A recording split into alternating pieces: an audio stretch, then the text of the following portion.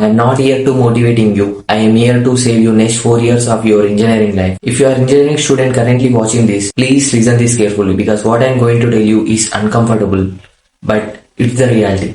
In my first year of engineering, I did everything a good student was supposed to do. What do you think? I went to the college every single day, attend all the classes and make the notes and make the fun with the friends. And finally, one day before the exam, I studied seriously and guess what? I passed my all the semester exams without any kind of backlogs. At that moment, I thought I was doing great and I feel like this is how engineering works. So just like that, my first year was completed. Then after the few days, my second year classes are going to start it. In my second year also, I repeat the same process what I done in my first year of engineering. What do you think? Again go to the college and attend all the classes, make the notes and finally prepare for the exams and pass the exams. But something was changed. I start noticing my friends where they are building the real skills and working on the projects and applied for the internship. But me, honestly, I did not do anything of that.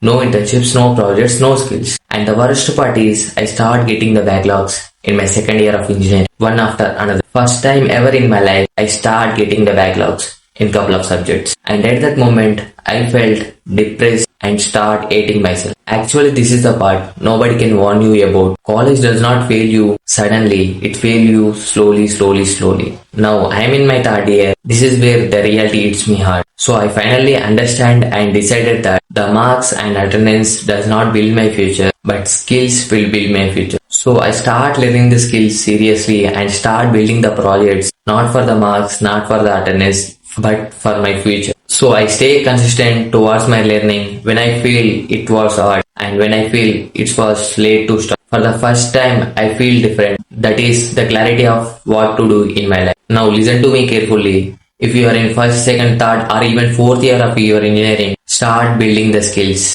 I am not saying that you don't enjoy your college life. Enjoy it because this is where actually you create a lot of memories in your life. So enjoy it.